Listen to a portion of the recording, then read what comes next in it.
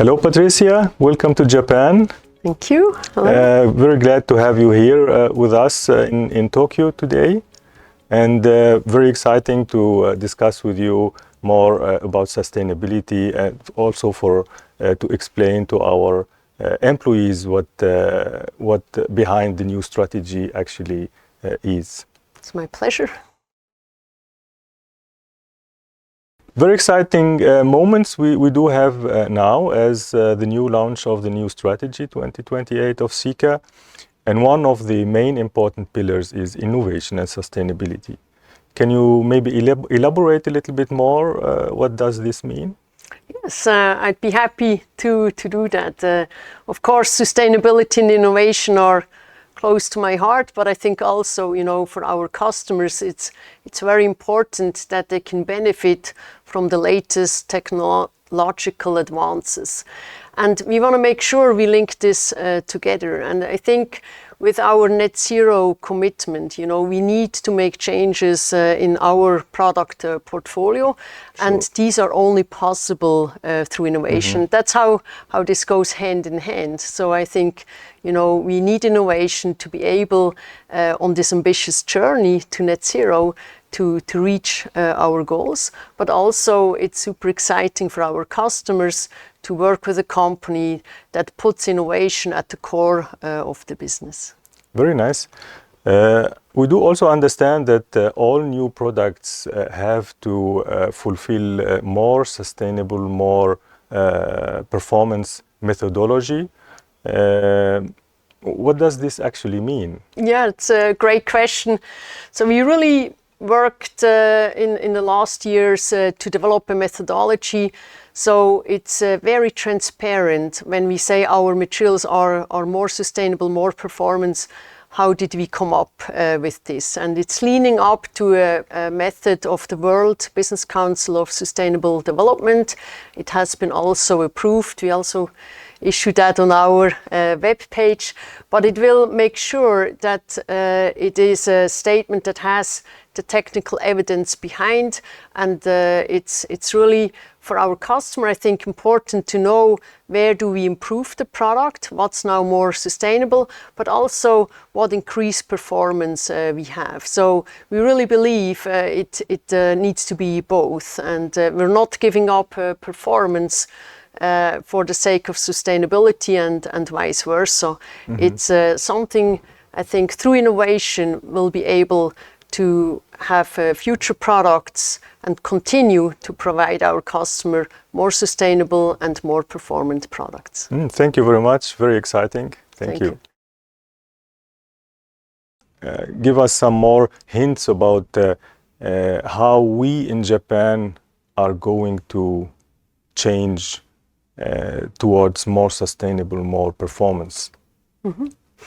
So, sustainability has many aspects, and I don't think there's a universal recipe how to approach this or even tackle that. So it is something that requires a lot of collaboration. So this goes with the customers, with our suppliers, but also within Sika between the departments. So it's not one person's job, and it's also not one job. It has many faces. So we can approach it from different ways, but I think it's always good to reflect and be very mindful in our everyday doing to just ask, is this the best way, to do the job, or are there maybe new opportunities? Because we want to make progress and develop in a positive way. So we don't want to get too comfortable and always do it the way it was, and have the courage to challenge the status quo and see how can we continuously improve. Sure. So we do understand it's a lot about challenging status quo and a lot about collaboration within Sika as well as with our customers and suppliers to tackle those innovation and sustainable solutions that we have to come up at the end as a company to be really having a big footprint here in Japan and in the future. Yeah, thank you very much.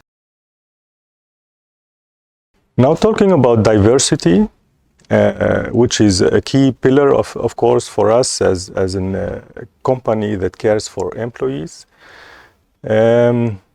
Unfortunately, still in Japan, as one of, let's say, big developed countries with 16.6% of female ratio of engineers and researchers, quite low compared to other countries.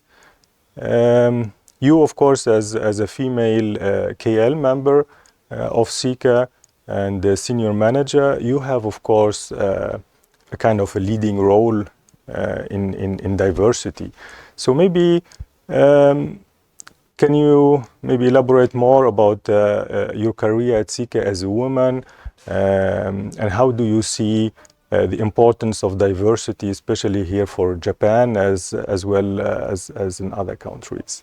I think what's very important is actually the inclusion. You know, just to have a certain amount of a minority, whether that it's gender-based, age, or culturally, this is not gonna bring the enrichment. It comes through inclusion, which means, you know, if we go back to the topic of the women, it's like we have to make sure we give the opportunity, you know, equally, and we really look at our employees as professionals. And I think for me at Sika, I never felt like I was treated different because of my gender. I was seen as, you know, Patricia and the contributions and results I bring, and then more challenges would come. So we should maybe not reduce the, you know, team members to that, but really look at what can they bring professionally. And if you look at that, then I think this gender discussion is going to be quite different. It is like you say, that maybe in Japan and in some countries we have a proportional low percentage of women employees. I think in the field that Sika is in, it is maybe, let's say, less attractive to maybe some women than men. You see just less women in maybe technical fields. But when I tell the hiring managers, it's like we have to work really hard for, if it's just 16%, we want to have all of them at work at Sika in the over proportional amount. And I think if we, you know, push for that to change, we also have a possibility. But it's I think really important that we give you know, the opportunity to the professional, and we kind of look through maybe age, gender, or other attributes there. And when it comes for me, again, you talked about the career.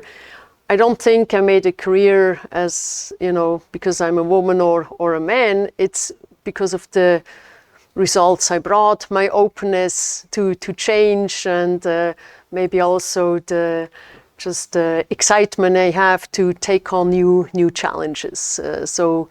And I must say, I always had great managers, male managers, that supported me and challenged me.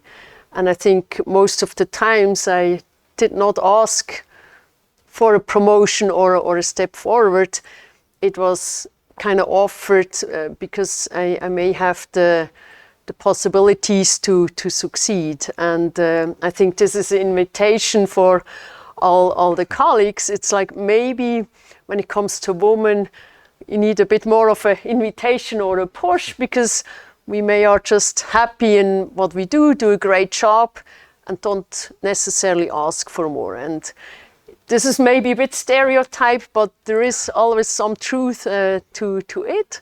So I think then just like the invitation for the hiring manager, it is for the women. It's like, make yourself noticeable. Don't believe that people can read your mind, and just speak up and say, I would be interested in doing this. I think I could do that, and demonstrate a bit more confidence. And Yeah, So- great. Yeah, thank you very much for those hints. I Yeah. think very important.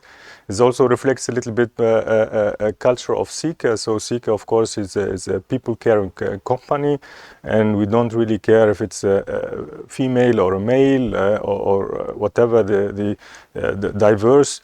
We care more for results, right? So if people bring the results, then they worth to be invested in, and they worth to get a career path, and that's all about. So thank you very much for your time today. Very excellent, very exciting to have you here again in Japan. And now I think we have much clearer understanding about the sustainability and innovation part of the new pillar of our strategy 2028. Thank you very much. Thank you, Elyes.